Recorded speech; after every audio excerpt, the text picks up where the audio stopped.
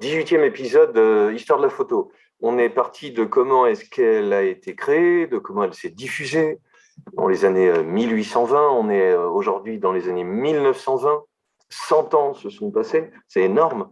Et puis, on a compris depuis le début qu'on est parti d'une invention technique qui avait en même temps scientifique, qui avait des impacts scientifiques, qui aussi avait eu deux autres jambes. Un monstre, la photographie, elle était aussi capable d'artistique, c'est-à-dire de regarder le monde et de ne pas l'enregistrer seulement comme une machine. Et elle avait enfin quelque chose de très important que les autres arts n'ont pas tout à fait, sauf le cinéma, une capacité de diffusion immense. Voilà pourquoi nous avons parlé. On retrouve tous ces éléments-là sur la chaîne Studio Déclic ou sur Préfiguration, sur YouTube, vu aussi que la photo anonyme, la revue, les capacités de diffusion immenses d'une photographie pouvaient avoir un impact politique. Et puis, la dernière partie sur laquelle je suis depuis deux, trois cours, et puis qui sera encore les deux derniers, c'est que la photographie, en prenant son autonomie, en étant capable d'être signée, en étant associée à des sujets ou à des façons de faire, en jouant avec des matériaux, le flou, le temps d'exposition, en jouant avec l'instantanéité, en jouant avec aussi la capacité de montrer. J'en ai pas du tout parlé alors que c'est un vrai sujet sur le sport et la photographie, puisque elles sont dans les années 1880 concomitantes. Et cette diffusion d'un monde moderne qui ressemble encore au nôtre, elle va se retrouver au cœur de ça, cette photographie, entre ces trois angles, enregistrer les faits, euh, avoir une conscience politique de ce qu'est de sa capacité à diffuser, à mentir ou à révéler autre chose, et puis être artiste, pouvoir parler. Je vais vous faire découvrir, j'espère, même si vous le connaissez, Tina Modotti, qui est un pur génie, Manuel Alvarez Bravo et Cartier-Bresson qui ont travaillé ensemble, puisque le Mexique a été une terre d'accueil et un lieu foisonnant. Et puis Lola Alvarez Bravo, qui est la femme du précédent, mais qui est restée que 10 ans avec lui. On connaît surtout au Mexique, on va la revoir passer, Frida Kahlo, Diego Rivera, parce que Frida Kahlo est une figure très importante. Euh, on oublie souvent d'ailleurs que le Mexique, c'est quand même l'Amérique du Nord, et qu'il n'y a pas que les États-Unis et le Canada. Voilà, tout bouillonne à cet endroit-là. Et qu'est-ce qui s'est passé là? Il y a eu la révolution depuis les années 1800 et quelques. Et dès 1910, il y aura une révolution, on va dire 100 ans plus tard, mais il y a l'indépendance arrive vraiment très très tôt, ce qui est pas forcément très connu, et donc elle va attirer des gens qui voyagent, et notamment Alexander Humboldt, est un scientifique allemand, qui est naturaliste, qui va s'engager. Il faudrait lire sa vie, c'est tout à fait passionnant, parce qu'il essaye de suivre, on est en 1807, il essaye de suivre Napoléon en Égypte, il n'y arrive pas tout à fait, il paraît qu'un copain, le bateau part pas, etc. Et pour donner un exemple qui a l'air absolument banal, c'est le premier qui va avoir l'idée, en arrivant en Amérique du Sud, de prendre du guano et de le rapporter pour se rendre compte que c'est un fertilisant redoutable. Il va écrire des livres, il va diffuser cette pensée scientifique, cette gourmandise de découvrir l'ailleurs. Vous voyez, ça, c'est son parcours entre 99 et 1804. Il va quand même à beaucoup, beaucoup d'endroits. Et puis, ces voyages, par exemple, ces comptes rendus de découverte vont beaucoup marquer l'Europe, et notamment un monsieur tout à fait inattendu à cet endroit-là, qui s'appelle Wilhelm à l'époque, il est allemand, et qui s'appellera Guillermo Callo quand il arrivera au Mexique, et quand un peu plus tard, il aura notamment une petite fille qui s'appellera Frida. Alors, ce qui est intéressant, c'est qu'on montre, en s'intéressant à la figure de Frida, qui est à la fois très représentative de cet art mexicain, qui, premier enjeu du jour, photographie mexicaine à découvrir avec les noms qu'on va voir, et puis des images qui sont assez fortes. Trois questions centrales. La première, la modernité arrive par l'étranger, voilà, des Allemands, des Français, des Américains qui vont venir intéresser par cette transformation politique qui a lieu à ce moment-là. Et puis par cet imaginaire colonial qui est encore à discuter et à interroger. C'est-à-dire, on est en train de réfléchir à la façon dont cet imaginaire exotique a nourri Gauguin, d'autres, Breton quand il va au Mexique, et comment Frida Kahlo lui a dit d'aller se faire foutre carrément, quasiment dans le texte, n'était pas surréaliste, elle n'était pas bourgeoise, elle était authentiquement révolutionnaire. C'est une figure assez centrale, intéressante, et puis surtout comme figure féminine représentant une autre image des femmes. Elle masque aussi l'enjeu très important des trois muralistes les plus connus, dont son époux temporairement, Diego Rivera, qui va peindre sur des murs, parce que si la révolution mexicaine fait quelque chose d'important, c'est qu'elle s'appuie, elle a l'idée de demander aux artistes de montrer aux Mexicains ignorants l'histoire du Mexique. Et donc, un des enjeux qui est intéressant, c'est que comme pôle d'attraction, on sort de l'Europe et on sort du monde occidental. Premier intérêt, quel regard on peut avoir? Est-ce qu'on peut regarder ça autrement? Eux, quand ils y vont, Breton ou Edward Weston, qu'on va voir tout à l'heure, grand photographe américain, est-ce qu'il y a un autre regard qui est exotique? Comment le regarder aujourd'hui? C'est-à-dire, est-ce que cette modernité qui s'est plutôt montrée comme étant radicale, assez simple, qui coupe avec toutes les racines folkloriques, j'emploie le terme à dessein, voilà, est-ce que c'est pas un enjeu qui ferait regarder un peu la modernité autrement? Je vais un peu mettre ça tout en place. Et je voulais en venir à un autre élément qui est très intéressant pour Frida Kahlo, puisque son père va construire cette Maison Bleue au début du XXe siècle, 1904-1907. Mais ce qui est intéressant, c'est que Guillermo Kahlo, il est photographe officiel de monuments. Il va prendre en photo partout. On oublie ça, il est photographe et puis il va être un petit peu aquarelliste et il va donner goût à sa fille pour les images alors qu'elle voulait être médecin et puis qu'elle va avoir un accident. Par contre, on oublie une chose importante, c'est qu'il l'est pour Porfirio Diaz, c'est-à-dire, pardon du raccourci, en 1876, un dictateur. Son nom, j'ai pris ça sur Wikipédia, qui me permet de faire un très grand raccourci sur une histoire du Mexique que je ne connais pas, mais que j'essaye de connecter à ce qui va se passer ici, puisque c'est au cœur de la question. Son régime est connu sous le nom de Porfiriato. Pendant cette période des lois de réforme, elles favorisent la concentration des terres aux mains d'une minorité d'investisseurs. Voilà, de propriétaires terriens, c'est tout à fait injuste et ça va expliquer ces révolutions et cette redistribution collectiviste des communistes qui va tant intéresser, on va y venir aussi, Eisenstein qui va venir au Mexique.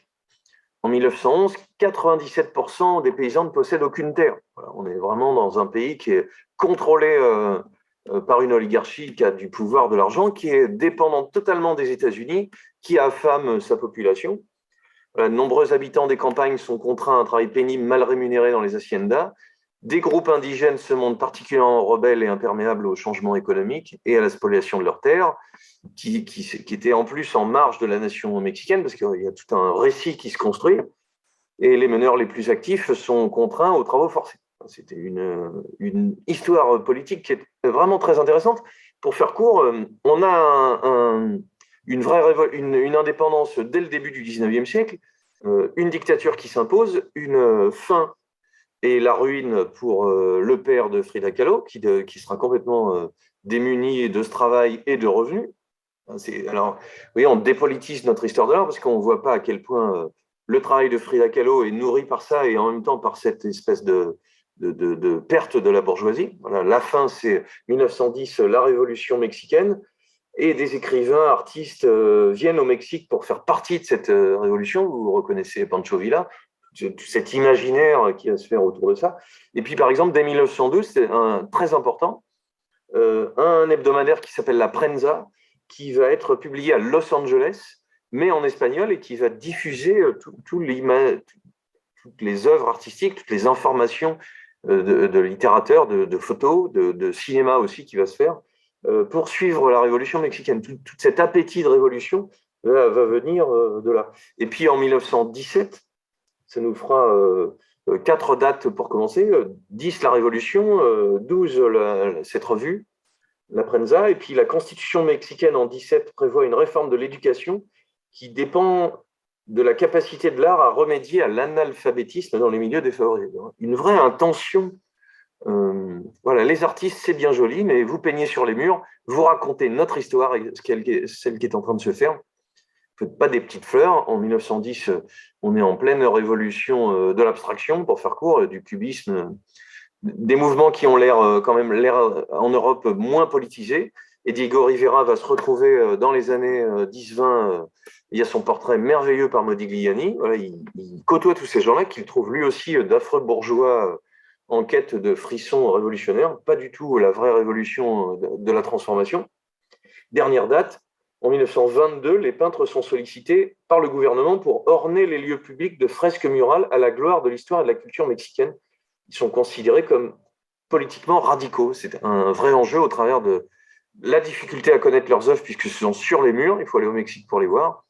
La difficulté que Rivera va connaître en étant aux États-Unis avec Frida Kahlo et en étant absolument fasciné par ces grandes aciéries, par tous ces montages urbains, et avec le rejet qui peut en être fait. Ce qui fait que les petites photos du père de Frida Kahlo montrent aussi la petite Frida à droite et la vie de tous les jours. Ça m'intéresse toujours de passer de la pratique populaire de la photographie. On en a tous les jours. Voilà.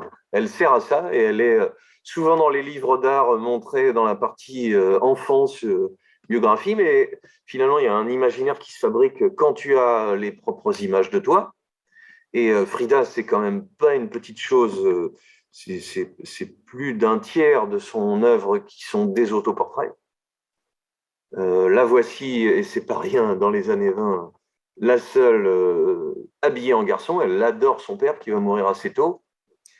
Voilà, habillée en garçon, c'est quand même un sujet, la mise en scène de soi, le travestissement, le rapport à ce que les autres voient de nous, voilà, comment on peut être bizarre, on peut être différent, et comment ça peut devenir un sujet de l'art, et que ce sujet est un sujet politique, en fait, dans la façon de montrer. Voilà, petite peinture de Kahlo le montrant, et image de Frida qui est vraiment la préférée de son père, et photo dont on va revoir avec les 4 photographes que je voudrais vous faire découvrir, photo de Frida Kahlo elle-même, puisque dans la façon de fabriquer ce mono-sourcil, de porter des vêtements traditionnels mexicains, de faire connaître et valoir la culture diverse en fait et de s'en servir. Frida Kahlo, la photo est magnifique, c'est elle devant elle-même et elle-même, relayée à elle-même avec ses problèmes de santé, portant des vêtements reconnaissable et pris en photo elle-même et donc valorisant sa propre image. Et c'est ce qui fait sans doute qu'elle est dans les artistes mexicains la plus réputée, la plus connue, elle est intéressante, mais tout autant que les autres. On peut ajouter pour clore ces venues d'Allemands des gens qui dès 36, ils s'appellent Gutzmann, vont aider la révolution en Espagne, et le Mexique sera un des seuls avec l'Union soviétique à le soutenir. Ça va mal tourner de ne pas être soutenu. Le même Guzman fabriquera ces images de la révolution espagnole, notamment celle-ci qui est une légende. La photographie est politique parce qu'elle sert à fabriquer des icônes de cette Marie Ginesta qui a 17 ans et qui est sur les toits avec une arme. Fabriquer une icône, c'est aussi utiliser la photographie dans les 3 enjeux dont j'ai parlé. C'est politique, c'est technique, il fallait être là à ce moment-là, et puis surtout c'est artistique, c'est-à-dire que la composition, celle-ci est pas mal, Monsieur Gusman, mais celle-ci est une petite merveille. Voilà, le même Gusman prendra en photo Rivera, qui sera en train de rencontrer, c'est de 21 ans son aîné, elle va l'épouser, ils vont essayer d'avoir des enfants, ils vont se disputer, et elle va surtout le rencontrer chez Tina Modotti, la photographe dont on va parler juste après. La voici, voilà. Donc, le travail de Frida Kahlo, pour clore le sujet, parce que ce n'est pas le sujet central ça pourrait être ces années 20 mexicaines, j'en ai fait une vidéo sur YouTube, vous pouvez vous y référer, c'est que le travail sur sa propre image est le sujet de Frida Kahlo, et on ne peut pas ignorer le rapport au photographe et la mise en scène d'elle-même qu'il y a auprès de son père, auprès de Guzman, auprès de Tina Modotti, juste après. Voilà. L'image d'elle-même, c'est une façon pour elle, si je simplifiais le travail de Frida Kahlo, il est plutôt dans l'image qu'elle porte de sa culture et de ce qu'elle est, et de ce qu'elle a su mettre à la différence des autres.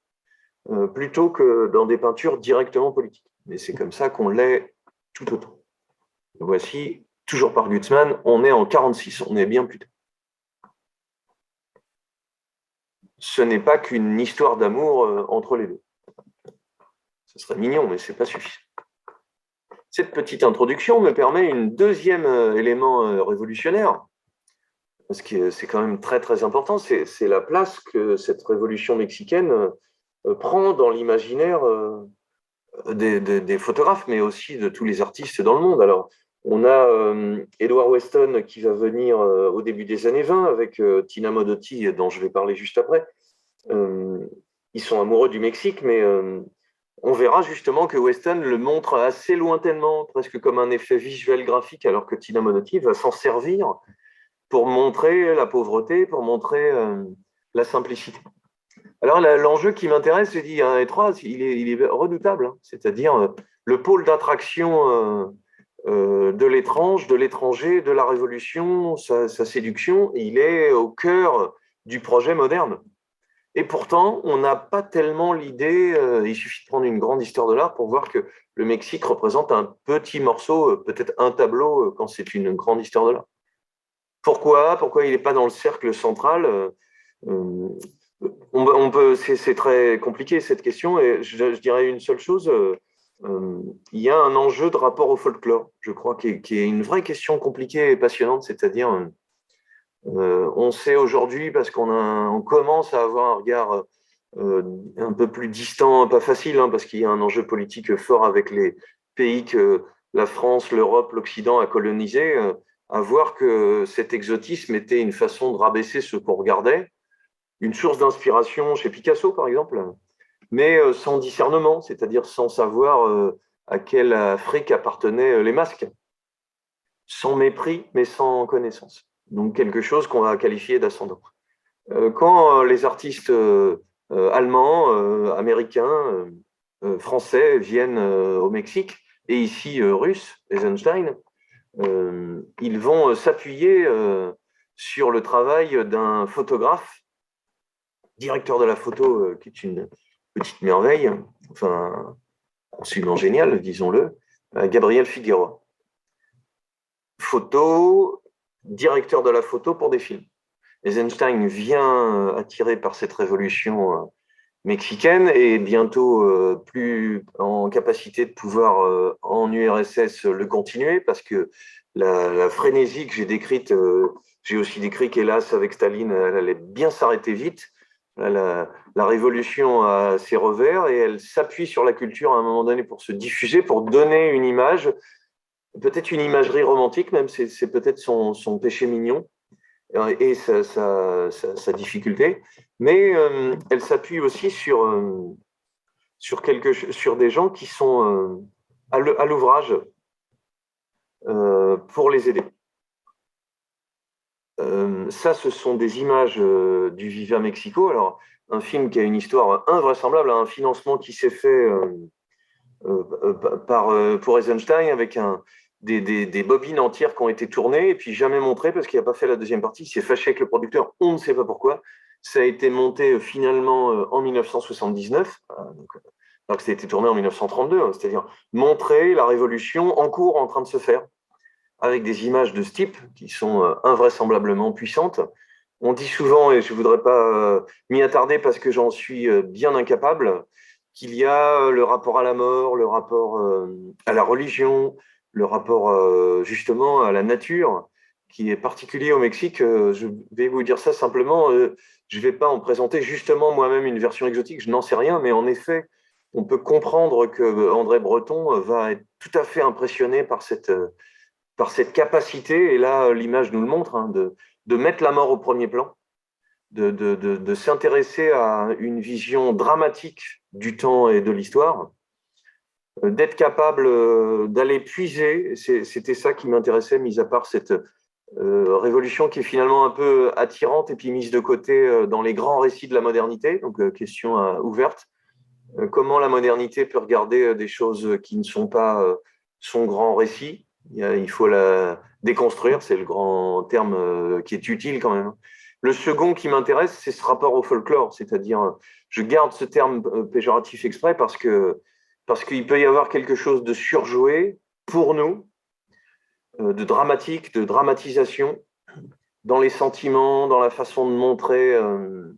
Là, c'est une photographie de Figueroa, c'est un film auquel il participe aussi en 1937 qui s'appelle Sous le ciel.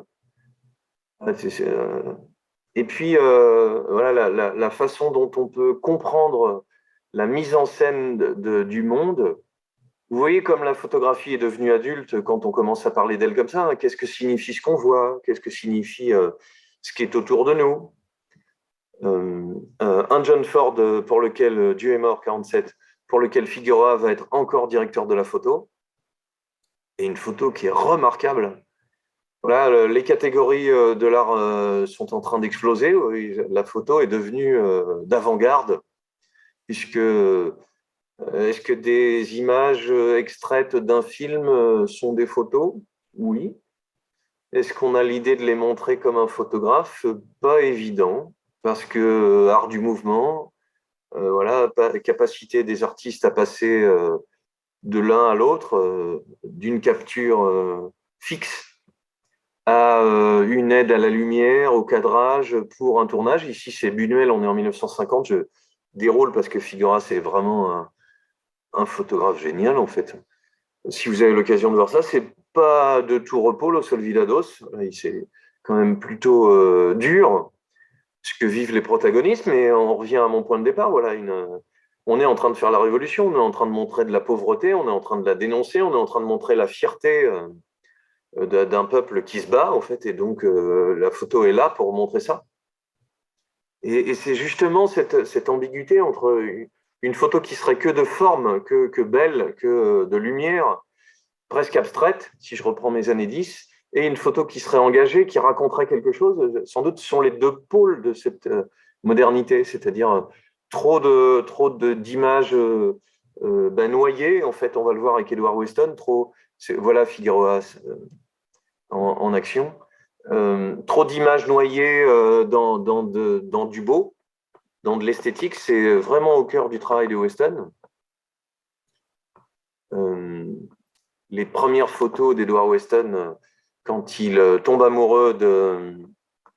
Avant, il fait déjà de la photo qu'on appelait pictorialiste, vous vous en souvenez sans doute. Filtre, flou, type de papier pour tirer, lumière latérale qui donne un grain qui va jouer sur le côté pictural, qui est un peu le développement de la photographie pour se faire accepter, mais à un moment donné, et j'en parlerai pour la conclusion dans le chapitre 20, ce qu'on va appeler la photo pure, straight photographie, c'est-à-dire le même Weston, toujours Tina Modotti dont je vais parler parce que c'est vraiment, elle est extraordinaire et extraordinairement importante. Là, petit à petit, au Mexique justement, après avoir côtoyé Paul Strand, des gens dont j'ai un peu déjà parlé, Weston américain sort de ce pictorialisme pour aller vers la photo pure, pour aller vers une photo qui est plus de forme, plus de géométrie, plus d'intérêt pour le rythme des choses, pour lui-même. Mais qui, je reviens à ma polarité, j'espère que je n'ai pas trop perdu le fil de tout le monde, deux polarités pour l'invention de la photo comme avant-garde, trop formelle, trop abstraite, trop politique, trop bavarde. L'avant-garde mexicaine, c'est les deux. C'est ça qui est très original, qui fait que je m'y attarde. Le plaisir de découvrir autre chose et d'aller vers des choses que je ne connais pas et de les partager, parce qu'il y a des choses qui sont merveilleuses. Alors, revenons au début de cette histoire. Tina Modotti a une vie invraisemblable. Elle est ouvrière à 14-16 ans en Italie. Elle travaille vraiment dans une grande misère. Son père est parti essayer de faire fortune. Elle nourrit ses frères et sœurs et sa mère en travaillant à l'usine. Elle va, 1896, hein, sa naissance. Dès 17, elle rejoint son père à San Francisco. Elle va y devenir comédienne, tant elle est belle, mais au début, elle travaille dans un atelier de couture, mais où elle va être régulièrement réquisitionnée pour devenir modèle. elle va rencontrer un artiste, c'est la merveille de parcours de gens qui sont complètement autodidactes, c'est-à-dire elle va rencontrer la photo Edouard Munch, la peinture de ces années, on est en 1910, Munch c'est en même temps, hein, c'est 1890, 1910, 20. Ouais, c'est cette peinture qui est proche, on va dire, de l'expressionnisme allemand, il est norvégien, mais... Et puis en même temps, cette photo straight, pure, qui est en train de s'imposer. Le robot en question, il est américain, il s'appelle Roubaix de Labrie-Ritchey. Et on le surnomme robot, il fait de la photo, il va lui faire découvrir la photographie. Et ils sont ensemble de façon libre, elle est anarchiste. Il y a des petites questions quand elle entre aux États-Unis, parce qu'on est déjà en train de se méfier pas mal de ça. Il va partir avec des photos sous le bras au Mexique, qui attire tout le monde. Et puis, il doit y faire une exposition de Weston, qu'elle croise à cette occasion-là dans une expo aux États-Unis, dont elle devient la maîtresse. Et elle va, hélas, rejoindre Robot 2 jours après sa mort et organiser des expositions de photos de robots, de Weston et de photographie américaine. Voilà à quoi ressemble la photographie pure de Weston, celle qui laisse de côté ce pictorialisme qu'il avait construit avant. Une photo complètement abstraite, hein, ce sont des fruits, des légumes. Alors elle n'est pas abstraite, mais puisqu'elle s'appelle Chou, elle assume d'être quelque chose. Par contre, elle s'intéresse vraiment à la forme pour la forme. Et elle est un art de la nature morte, si on peut dire ça ainsi, prodigieux. Un intérêt pour la forme pure qui... Alors c'est là, je reviens à mon binôme bavard politique. Je fais exprès péjoratif et qualitatif. C'est intéressant que ce soit politique, ça raconte des choses qu'on ne connaît pas. Bavard, voilà, on finit par s'égarer dans l'illustration. Et puis trop abstrait, alors on est que formel, que un jeu de forme. Par contre, ce qui est le binôme intéressant dans cette dualité, c'est que la photographie, en procédant ainsi dans la photo pure, elle montre ce qu'elle seule peut montrer. On a déjà commencé à le dire, ça, quand la photographie s'intéresse à des choses comme celle-ci, avec qui serait-elle en concurrence? Peut-être la gravure, peut-être le dessin, ouais, et encore. On a une qualité de grain, une qualité de lumière que la photo nous fait voir, qu'on ne verrait pas devant un élément réel. Peut-être on pourrait aller, soyons audacieux, jusqu'à dire, et si c'était du cinéma? Pas plus. C'est la fixité aussi, le fait que c'est complètement fascinant. C'est quand même, pour le dire d'une façon un peu bêta, c'est très beau un chou. Mais c'est quand même très bien composé, hein, Monsieur Weston. C'est-à-dire qu'on le voit chuter, on voit comme un pli qui se pose, ce qui n'est pas la même chose que cette géométrie dynamique. Voilà, rien de centré, un décalage formel, et puis une lumière qui vient accentuer des matériaux, qui vient les faire disparaître un petit peu. Weston, c'est cette photo-là que Tina Modotti découvre en arrivant d'Italie, puis aux États-Unis, et qu'elle va emmener avec lui au Mexique, puisque les deux vont partir ensemble, amants, et il va l'initier à la photographie. C'est un couple qui fait les choux gras de la presse aux États-Unis dans les années 18-23. Hein. Voilà, une des photos les plus connues de Weston, c'est celle-ci, j'en reparlerai dans 2 cours. Une sorte d'objet qui devient presque un humain animal. Avant de finir cette partie sur les États-Unis pour Tina Modotti, dans les années 20, voilà, elle joue dans plusieurs films. La voici dans Tiger's Coat en 1920. Et la voici sur Je ne peux pas expliquer en 1922. Ça fait déjà une vie quand même bien remplie, dites-donc, hein, pour une femme qui va mourir à 46 ans et fort peu connue. Vous n'allez pas l'oublier, il me semble. On pourrait s'amuser, on a cette liberté. Ben, j'aime bien quand Weston est straight, mais c'est assez beau quand il est encore pictorialiste. Hein. Le modèle s'y prête.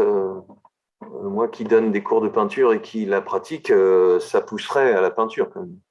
Et puis, j'aime bien, je fais ce mélange d'images populaires et d'images réelles. Ça, c'est Edward Weston, qui a un peu laissé tomber sa femme, et Tina Modotti, par un photographe du Dimanche. Alors là, voilà les deux faces de la photo, je trouve. C'est merveilleux comme c'est mauvais comme photo. Ils sont posés, ils se tiennent la main, elles nous regardent. Il y a un bouquet, c'est complètement... Qu'est-ce qui est mauvais? Il y a pas d'orientation de lumière, il n'y a pas de focalisation sur quelque chose, il y a pas... Rien n'était plus important qu'autre chose. Ça va valoriser les effets sur les fleurs autant que sur le visage, alors que ça nous intéresse quand même plus le visage que... Et puis, même continuons sur le nunuche, après tout, ils sont amoureux, peut-être c'est sur la main qu'il faudrait qu'il y ait un effet de lumière, quelque chose comme ça, voilà. Non, on est dans un enregistrement un peu simple de la réalité. Edward Weston va initier, dès les années 23, 18-23, ils sont ensemble, et puis en 24, donc, il se retrouve au Mexique.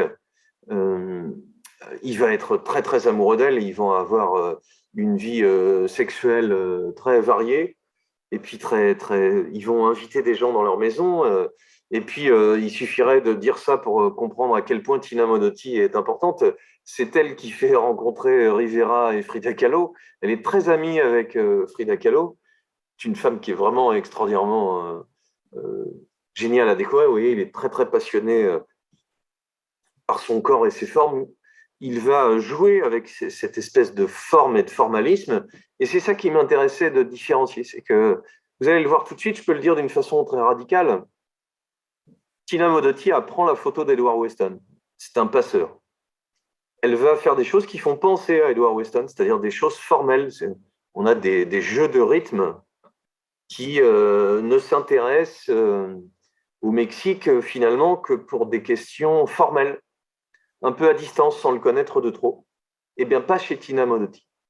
Tina Modotti, on va le voir, ça ressemble un peu à des photos de Weston, mais il y a quelque chose du Mexique qui est montré, des gens mexicains, de l'art mexicain, du savoir-faire traditionnel mexicain. Et ça change tout. Là encore, Weston qui se passionne pour les formes. On se rappelle de ce poivron de tout à l'heure. Pour lui, c'est égal. J'ai exprès mis ces deux images-là parce que ça a l'air quand même très choquant de s'intéresser à tout. C'est de la pure photo pour la photo, avec un art redoutable de la lumière et des matériaux, jusqu'à se moquer, enfin être indifférent à ce que c'est en fait. Ce sont des photos qui, en un sens, on va le dire de cette façon-là, sont très peu érotiques, ne sont pas très sensuelles. On a vu que le goût qu'avait Weston pour sa chérie faisait qu'il savait le faire. Le flou, l'inconnu, le mystère donne de l'érotisme à l'image et de la sensualité aussi. Le travail de Weston va montrer le Mexique. Ils vont le parcourir. Il va prendre en photo les gens au Mexique, mais toujours avec cet angle formel de rythme qui est prodigieux d'ailleurs, de géométrie, de blanc sur noir. Je l'ai dit déjà, je le redis là, la photo est vraiment un art à part entière. Elle s'intéresse à des objets de la vie de tous les jours, des murs qui montrent des choses en devenir, quelquefois un peu des gens sur la gauche, mais avec un art de gestion de la lumière. On ne voit pas tout de suite le petit monsieur sur la gauche, on voit encore moins celui sur la droite. On va avoir un jeu de typos, parce que la photo va vraiment être un plus, on va dire, sur ça, dans l'intérêt qu'a la modernité pour les changements d'échelle.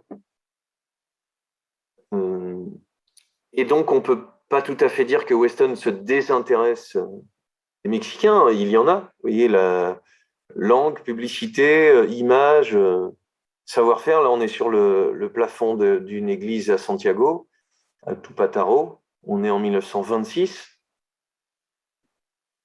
Mais il y a chez Weston une sorte de fascination, fascinante elle-même d'ailleurs, pour cette géométrie et pour cette capacité de rendre intéressant visuellement n'importe quoi. Ça vous fait penser à un autoportrait très fameux de Frida Kahlo. On est en 26 aussi avec une robe de Tehuana. J'insiste plus longuement sur Weston parce qu'on voit ces visages qu'on ne connaissait pas et déjà là, il y a quelque chose de nouveau et on voit à quel point cet art de la modernité de s'intéresser à des nouveaux objets, de s'intéresser à la forme qui est sous-tend les images, est forte. Et comment le Mexique, évidemment, devient un prétexte à géométrie, à un art, à un savoir-faire dont aujourd'hui on est aussi capable chez Malevich de voir que chez Sonia Delaunay, l'intérêt pour l'art folklorique, le patchwork, les tapis ont sans doute marqué tout autant que la radicalité des objets modernes. Voilà la photographie de Tina Modotti, très westonienne si on peut dire ça comme ça, et puis voilà, un jeu avec des expériences de forme, on est en 24. On voit que l'élève est tout aussi doué que le maître, et même, grandement. On pourrait même dire, non, on pourrait dire aussi que c'est un peu trop dense. Je fais ça un peu arbitrairement, je ne juge pas de l'un par rapport à l'autre du haut de mes petites tailles. Par contre, vous voyez le virage que je vais aborder. Tina Modotti va passer de cet intérêt pour la forme à quelque chose qui est toujours lié à un lieu. Parce que, justement, elle a été façonnée par cette rencontre avec le Mexique. Elle était assez jeune, hein. Elle est née en 1896 et donc elle arrive en 18 aux États-Unis et en 23, elle est au Mexique, elle a 27 ans. Elle va être marquée parce qu'elle y rencontre, là aussi, elle est à droite des artistes. Au milieu, Jean Charlot, qui est en train de lui dessiner un Français qui est venu au Mexique, qui aura une importance grande aussi dans le rapport aux artistes mexicains. Il y a une avant-garde qui se nourrit mutuellement, qui se mélange, qui se rencontre. Le voici pris en photo par Tina Modotti, justement. La voici très amie avec Frida Kahlo, justement. Et voilà, la différence, elle est là. C'est que on pourrait, faisons le raccourci, j'ai été trop long, des objets comme Edward Weston, oui. Une qualité de précision, de lumière, une façon d'être abstrait, oui. Mais il faut aussi un marteau sur un chapeau mexicain. Et là, ça change tout. Ça change vraiment, vraiment tout. Alors, Modotti va être en plus inquiétée, hein. Elle va euh, prendre en photo, s'intéresser au travail des muralistes mexicains, donc Rivera et Orozco particulièrement, euh, et elle va faire du militantisme politique, c'est-à-dire elle va se servir de la photographie, elle va travailler comme photographe pour Mexican Folkways, un magazine qui est bilingue espagnol et anglais consacré à l'art et à la culture du pays, et c'est à ce moment-là elle deviendra en 27 membre du Parti communiste mexicain et elle va même pousser Frida Kahlo à le devenir également. Elle est révolutionnaire dans tous les pays où elle se trouve. Weston ne sera pas aussi longtemps. Il repartira d'ailleurs vers les États-Unis. La voilà éditée dans des livres, on est en 28, dans des livres politiques. La révolution a besoin d'images. L'Ukraine actuellement nous le montre, hein. La lutte des images est plutôt en faveur de l'Ukraine. Et parce que sinon, ce qui se passe ne reste pas. L'image a une dimension politique par essence, mais l'image photographique, par le fait qu'elle soit multiple et diffusable, l'est encore plus. Voilà, pour finir sur la partie politique, parce que cet art de s'intéresser aux choses de la vie de tous les jours chez Tina Modotti sort du pur formalisme de Weston. On a encore cette jarre, mais on a c'est une mise au point et un travail de la lumière qui est très, très, très beau, hein.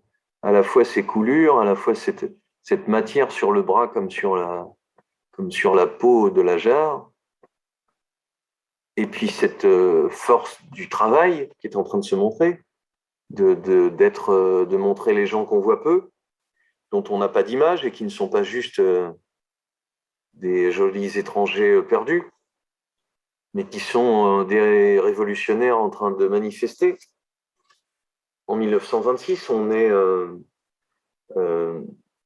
c'est une image très puissante, une des plus fortes de Tina Modotti, parce qu'à la fois, on est dans le flou, ils sont en mouvement, ils sont en train de manifester, ils sont en train de bouger, Et donc, il y a un groupe, tout va de l'avant, en fait. On est dans une image qui est très dynamique, on est presque dans du reportage. Et puis, deuxièmement, il n'y a pas de visage, c'est-à-dire on n'est pas dans le portrait, on n'est pas dans l'anecdote, on est dans le mouvement de groupe. Et là, le parti pris formel va avec l'intention politique. Je veux montrer un groupe, je veux montrer la révolution qui va, la manifestation, dit Modotti, et c'est ce qui se passe dans l'image. Et puis, vous le devinez, c'est encore plus fort, ben, c'est le sombrero, c'est-à-dire en choisissant ce chapeau de paille à grand bord, ben, elle dit quelque chose de mexicain, en fait. Elle dit, elle veut mettre en élément phare, un élément représentatif de cette manifestation. Et c'est là où l'avant-garde devient au service d'un discours politique et non plus seulement un jeu formel. Je pense il faudra d'autres années pour développer, mais et c'est plus tardif, les merveilleuses photos péruviennes de Irving Penn. Tina Modotti est un génie. Ça fait longtemps que je ne l'ai pas dit. La voilà en train de prendre en photo Frida et Diego. Une remarque encore, je me perds. On verra, on a vu Gutzmann, on verra euh, Bravo. Elles ne sont pas aussi bien que celle-là. Hein. Là, il y a quelque chose de fort dans ce que capte Tina Modotti, les mains du marionnettiste. Un homme qui porte du foin et qui donne à la silhouette de sa botte une apparence humaine en mettant un chapeau dessus. Des hommes qui travaillent, on est dans les années 20. Qui peint comme ça dans les années 20 le travail? Peut-être Fernand Léger, peut-être Marcel Gromer. La façon de montrer les Russes, l'avant-garde russe. C'est pas un sujet très fréquent.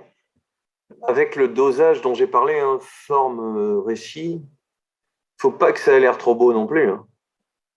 Faut que ça sente la transpiration, faut qu'on sente que le petit monsieur en bas à gauche, costaud, dont on voit pas le regard, attend la suite de la poutre.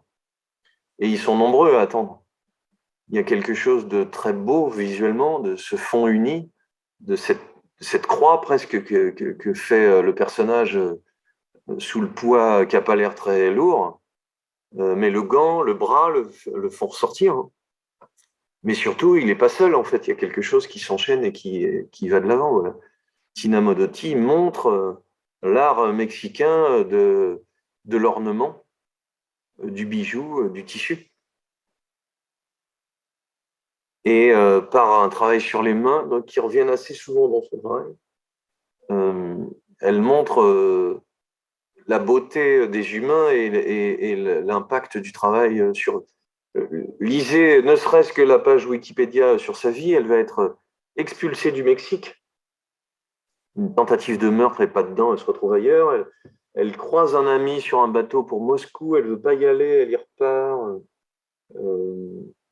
Elle va en Espagne lors de la guerre civile, elle revient au Mexique, elle est inquiétée, elle fait une crise cardiaque. C'est une vie invraisemblablement. Et les expositions de son travail ont eu lieu très très tard. Et j'ai insisté sur ce passage de Weston, du formel, dont on trouve quelques traces quelquefois. Cette photo est de Tina Modotti. Et celle-ci est un chef-d'œuvre aussi.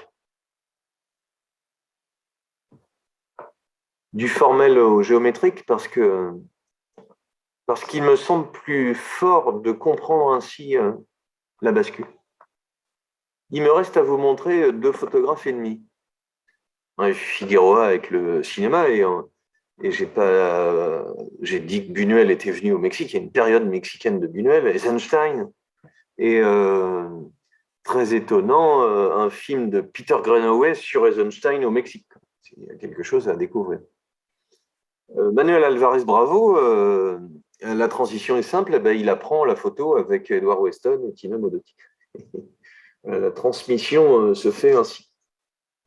Et c'est pas son premier métier, mais lui aussi, il va s'intéresser au Mexique. Le Mexique a eu un peu d'impact, hein, j'ai oublié de le dire. Il y a un livre de Lawrence qui va au Mexique en 23, qui va écrire des matinées mexicaines. Euh, et puis, le travail de Rivera et Frida Kahlo vont montrer en Europe, vont amener Breton, je l'ai dit, Trotsky fuyant, Trotsky et Breton en même temps au Mexique, en même temps où Trotsky sera justement assassiné. La bascule de la révolution se fait à ce moment-là. En 1934, Alvarez Bravo va rencontrer Cartier-Bresson, qui est photographe tout jeune, puisqu'il est né en 1908. Et ils vont exposer ensemble à Mexico et à New York. Parce que Cartier-Bresson, je vais en montrer des images, est aussi fasciné par le Mexique. Là, ce sont des photos d'Alvarez Bravo. Fasciné, les pôles d'attraction, le Mexique d'avant-garde. Euh, vous regardez à quel point c'est pas si connu que ça d'ailleurs. C'est pour ça, pardon pour ceux qui connaissent très bien cette histoire, que je ne dis pas de façon assez précise. Il faudrait regarder les enchaînements politiques et les passages de pouvoir dans cette révolution qui suit, hein, parce que justement, c'est pas si tendre que ça selon les régions mexicaines et selon les personnes au pouvoir, que ce soit Calles après lui ou que ce soit le rapport aux chrétiens. Voilà, la révolution mexicaine est un objet très complexe. On ne peut pas du tout en faire qu'une espèce de réserve à exotisme, à voir autre chose. Toujours Alvarez Bravo, avec ses mannequins riants qui sont peints. On y voit une ville moderne qui est en train de se faire. On est dans les années 30. Tout ça vient de la collection du MoMA, hein, du musée de New York, où il va exposer donc, avec Cartier-Bresson, qui était venu là par ce bouillonnement dont ils sont avertis, comme Modotti. Hein, c'est le même trajet. Euh, mais pour lui aussi, Bravo, la vie mexicaine, on devine comment cette enseigne peut plaire aux surréalistes. Je ferai un sort au surréalisme et à cette avant-garde, parce que c'est une question au centre du surréalisme, ce rapport à l'image. Ce rapport à l'image, c'est-à-dire est-ce que l'image nous ment? Est-ce qu'elle est très directive? Ça, c'est une question chez les surréalistes que je ne pourrais pas résoudre en une heure. Mais il y en a une autre autour de laquelle je tourne depuis longtemps, c'est le rapport à la peinture et à la photo. Est-ce que le réel peut être surréaliste immédiatement? Alors là, oui, très facilement. Et en voyant cette image, il n'est pas mexicain, je pense vraiment à Jodorowsky. Euh, Par contre, est-ce que la peinture, c'est-à-dire la transformation de la réalité par une subjectivité de Magritte à Dali, elle peut être surréaliste? Grande question. Très grande question. La réponse sera à un moment donné non. Voilà. Alvarez Bravo va s'intéresser à la vie mexicaine, elle aussi. Un enterrement en 1932. Des danseurs hein, qu'on ne voit pas. Et chez Cartier-Bresson, comme chez Alvarez Bravo, quelque chose de surréaliste, donc moins formel finalement, c'est-à-dire une recherche formelle, mais qui profite aussi de cette étrangeté du hors-champ. On ne voit pas ce que le personnage regarde, il est en train de mettre sa tête dans une grande œil-bouche, et son chapeau fait comme un écho formel. Voilà, il y a un travail formel, l'ombre, les pieds soulevés, qui a l'air de s'intéresser à quelque chose qui n'a pas l'air d'être si inquiétant que ça. Le titre, la géométrie du mur qui est derrière, mais tous ces éléments-là ne sont pas là que pour leur propre forme, ils sont déjà en train de créer une espèce de mystère qui fait qu'on ne sait pas trop. Voilà, encore un Alvarez Bravo, on est en 33, je suis un peu plus tard que le travail de Modotti, ça s'appelle l'éclipse. Est-ce qu'elle se cache du soleil? Est-ce que c'est un geste banal à attraper? En même temps, c'est un tissu noir dans tout cet océan de blanc. Quel travail formel, quel travail de qualité de blanc, là. Est-ce que c'est beau, ça? toute cette montagne, là, vous vous rappelez la montagne de Weston sur les plaines mexicaines? Voilà, la photo est d'avant-garde parce qu'elle s'intéresse à ça, mais parce qu'elle a aussi la capacité de faire ça, c'est-à-dire d'aller chercher dans le plus détaillé comme dans le plus général, d'aller chercher un travail de matière visuelle autant que ça ne raconte quelque chose de la vie de ces gens. Voilà, toujours Alvarez Bravo. Souvent, euh, les hommes ont l'air de ne pas avoir de visage. Elles sont un peu poétiques aussi, elles sont un peu silencieuses, elles sont un peu inquiétantes aussi. Ils sont, la foule de Tina Modotti était un groupe. Ici, les Mexicains ont perdu de leur visage. En fait, ils sont dans le travail. Voilà, la bascule, Cartier-Bresson, deux prostituées à Mexico City. La puissance des visages maquillés à extrême, trop près, décadré, mais l'image elle-même coupée en morceaux par les portes. C'est le génie de la photo d'avant-garde. C'est le travail formel de géométrie va être trouvé dans le réel. C'est les portes qui font des vitres, qui font des cadres. Monsieur Mondrian, pas la peine de les tracer. Une capacité aussi, et ça c'est vraiment le propre de Cartier-Bresson et son génie, d'aller sous le nez des gens, quoi. C'est-à-dire, il faut quand même y aller, hein.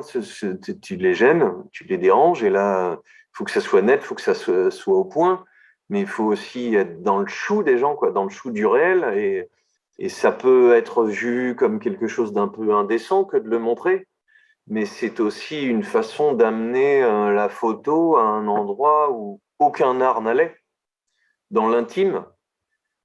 Là, ça s'appelle l'araignée de l'amour.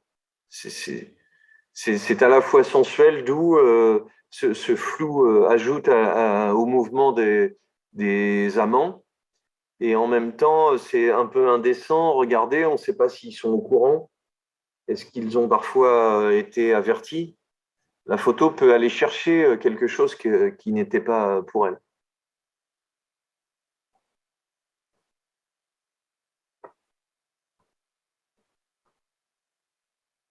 Une conclusion, parce qu'on pourra rester des heures comme ça. Ben, on pourrait dire un petit point double. Je suis content de vous faire connaître des gens que vous connaissez peut-être pas et que je connaissais peu moi-même. Je vais finir en beauté. Lola Alvarez Bravo se marie avec Manuel Alvarez Bravo. Ils étaient amis d'enfance. Il va l'initier à la photo. Transmission, transmission, transmission. Ils vont rester mariés 10 ans, ils se séparent. Manuel Alvarez Bravo est exposé beaucoup. Lola Alvarez Bravo, une première et dernière fois en 1980, juste avant sa mort. Pas terrible. Le féminisme en art, ça a quand même ses raisons. Un travail de forme, très important.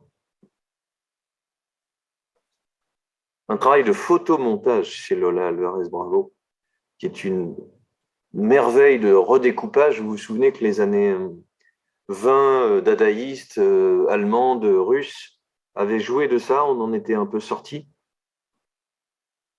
Elle est née en 1907.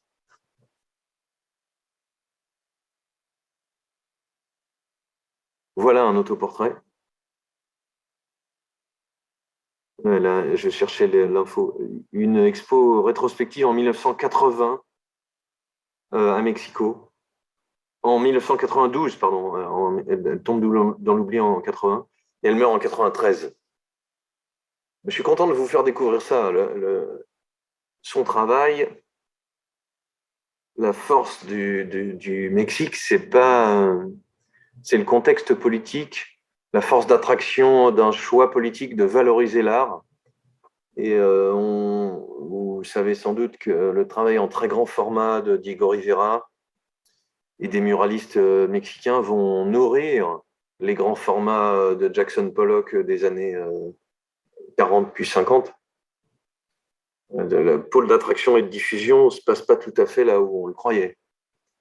Et en même temps, à l'intérieur de ça, le travail de Lola Alvarez Bravo, pas assez connu, pas si connu que ça. M'intéresse de montrer ces photos à nouveau de Frida Kahlo, parce qu'on voit que c'est la même séance. Travail du reflet, c'est déjà au cœur du travail de Frida Kahlo, mon image, ce que je suis. Mais là, ça devient, c'est presque une facilité de prof d'histoire de l'art, mais elle le fait en peinture, c'est-à-dire elle fait un portrait d'elle. J'exagère pour me faire comprendre. On voit que Frida Kahlo, il y en a marre, c'est comme Van Gogh et Rembrandt, les autoportraits, c'est bon. Elle se met en scène sa douleur, sa tristesse, en train de pleurer. Qu'est-ce que c'est indécent? Mais quand on est femme dans un environnement comme celui-là, on a quelque chose à raconter qui dit ce qu'est la femme. On le verra dans le prochain cours avec le euh, merveilleux travail de la surréaliste française. Ah bah alors, qui m'échappe, ça va me revenir tout de suite. Euh, qui fait des autoportraits. Euh, Cette indécence, elle devient un sujet quand elle est traitée régulièrement, comme ça, quand elle devient systématique. Et évidemment, ce n'est plus de l'indécence, ça devient un sujet en soi. Euh, mais là où ça devient très passionnant, Claude Quin, la femme photographe dont on parlera la prochaine fois, qui est la plus surréaliste de toutes les surréalistes, qui travaille sa propre image. Là où ça devient un sujet en soi, c'est quand c'est un travail régulier, quand la notion de série se développe et quand justement cette capacité de se mettre en scène devient le sujet même de l'art et de l'artiste qui met ses bijoux, se coiffe, se vêtit, se maquille pour que l'image que l'on a ici de Lola Alvarez Bravo devienne un travail de réflexion sur la réflexion, au sens du miroir dont Cocteau disait il ferait mieux de réfléchir avant de réfléchir. Voilà, qu'est-ce qui est en train de se jouer là? C'est souvent montré dans les films, dans les livres sur Frida Kahlo comme une sorte de document. Mais ce n'est pas qu'un document, en fait. Vous avez vu que Frida Kahlo se met en scène et est montré beaucoup. On a une énorme quantité d'images de Frida Kahlo par des artistes photographes différents, mais c'est pas un document. C'est pas un document ce qu'on a. C'est un travail photographique sur ce qu'est l'image de soi et sur quelqu'un qui est montré en train de se montrer. Ça, c'est d'avant-garde. Tout à fait nouveau.